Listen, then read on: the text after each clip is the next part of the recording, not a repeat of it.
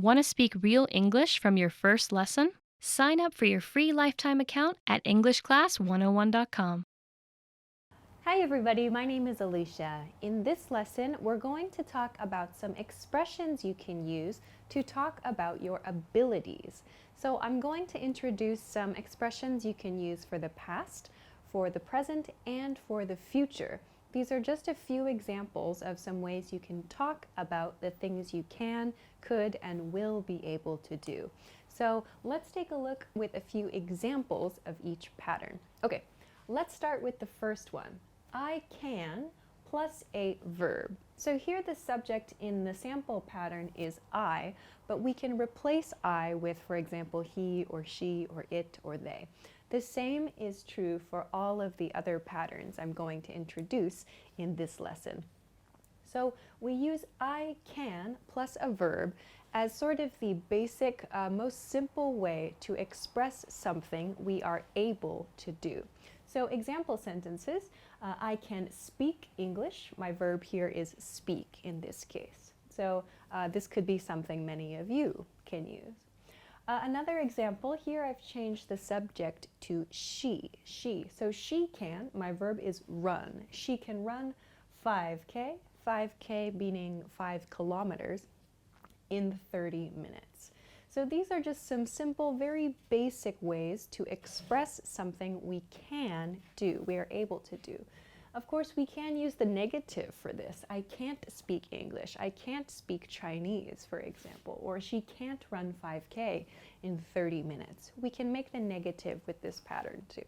So this is maybe the most basic way to express something you can do, you are able to do. Let's look at another one. This expression is I know how to plus a verb. I know how to do something. So we can use the same verbs we used in the first pattern in this pattern if you like. For example, I know how to speak English is fine. However, we use know how to do something for something that requires like study or something that requires maybe a process. There are rules for that thing. So a sentence like I know how to run 5K, it's not quite so natural because running isn't really necessarily a topic of study. Running requires practice, yes, but it's not really something we study. So we use know how to do something for something we have learned how to do. So not necessarily physical practice of something, but we have learned this thing. So some examples, I know how to use Photoshop. So Photoshop is a piece of software, something we can study, something we learn how to use. Another example, he knows how to bake cookies. So here this is something we need to study, in other words. So there's a process to baking cookies. He knows how to bake cookies. So please keep in mind, as we see in this example, when we change the subject from I to, for example, he, she, or it, the following verb, know, needs to change. We need to modify the verb so it has an S at the end. He knows how to bake cookies. So don't forget this S. However, this verb does not change. He knows how to bake cookies. So we don't need to modify this verb. We'll only modify the first one, which is attached to he, the subject. Okay, so this is for a process, something we study to become able to do. Now, let's talk about a couple of past tense examples. So these two are maybe present tense expressions. Let's talk about some past tense example sentences. The first one, when I was a kid, I could, and our verb. So here I've said when I was a kid. You can change this, of course, when I was a student, when I was an elementary school student, when I lived in a different city, for example. So this part can change to a different time period in your life. However, here I'm using the past tense could. I could.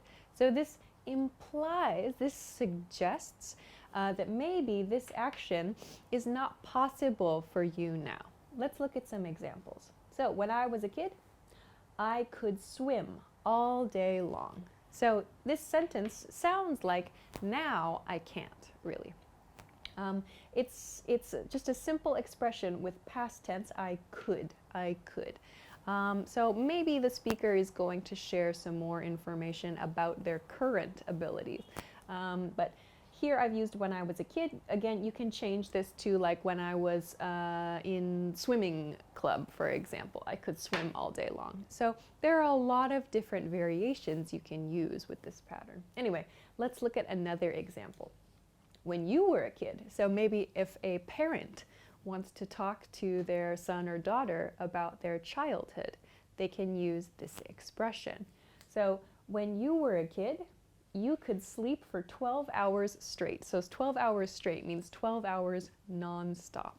So you is my subject here. When you, therefore, was in my example pattern changes to were. When you were a kid, you could sleep for 12 hours straight. So again, this is a past tense expression. Let's look at one more past tense expression. Maybe you're familiar with used to. So I used to be able to do something. So where the action is a verb here. So here we have used to. So maybe you know I used to followed by just a simple verb. So like I used to cook every day, or I used to exercise every day. Here we introduce I used to be able to. This expression allows us to explain an ability we had in the past. So let's look at some examples. I used to be able to speak Spanish. Here's my verb, to speak Spanish. Used to shows a long time ago in the past, I had this ability, but now I do not. So remember, the nuance of used to is that something was true in the past and it is not true now. I used to. Also, please consider the pronunciation here. So not used to, but native speakers connect the D and the T sound at the end of used and to. So it's not used to, but used to, used to. There's just one sound there, used to. So think of it as dropping the D, used to. I used to do something. One more example. She used to be able to babysit, meaning her schedule maybe has changed. Now she cannot babysit. So here we have some expressions with used to talk about a past ability. Okay, finally, let's end with one example, a pattern that you can use to talk about future possibilities or future abilities. So you can use this when you want to make a guess about the future. So something you think you might be able to do in the future. So the base pattern is in the future, will be able to verb. So here I have we in my example, we will. So will is the contracted form of we will, and I've used we. In this case, we means all people, all members of society, we, together. So some examples of this.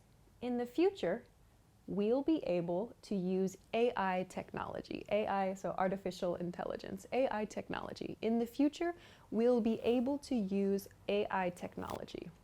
So you might wonder, why am I using will here instead of like going to, for example? We use will when we're making a guess about the future that we can't really see. So we can't see what's going to happen in the future. And maybe we don't have such a strong level of confidence. We don't have a super high level of confidence about our guess. In those cases, we can use will. So these are nice to talk about capabilities, things we are able to do, or in this case, things we might be able to do in the future. So this is a sentence you can use to make a prediction, to make a guess. Let's look at one more example sentence. Okay. In the future, we'll be able to travel to space. So here again, I'm making a guess about space travel. So I don't have a high level of confidence because I don't know very much about space travel, but I want to make a guess. In the future, we'll be able to travel to space. If you want to decrease the level of confidence of your guess, you can include I think. For example, in the future, I think we'll be able to travel to space. So you can change the level of your confidence of your guess by introducing some other phrases like I think or maybe. All right, so these are a few ways that you can express your abilities in the past, the present, and in the future. These are just a couple of different patterns to do that, but please be careful. Some things that I've noticed are that often students will mix up the present tense can and past tense could. So make sure to use past tense when you're talking about your abilities in the past. And make sure to use present tense for the things you are able to do now. So please keep that in mind. Okay, so that's all for this lesson. I hope that it was helpful for you. If you have any questions or if you want to try making a sentence with one of these expressions, please feel free to do so in the comment section below this video. If you liked the video, please make sure to give it a thumbs up, subscribe to the channel, and check us out at EnglishClass101.com for some other good study resources. Thanks very much for watching this lesson, and I will see you again soon. Bye-bye.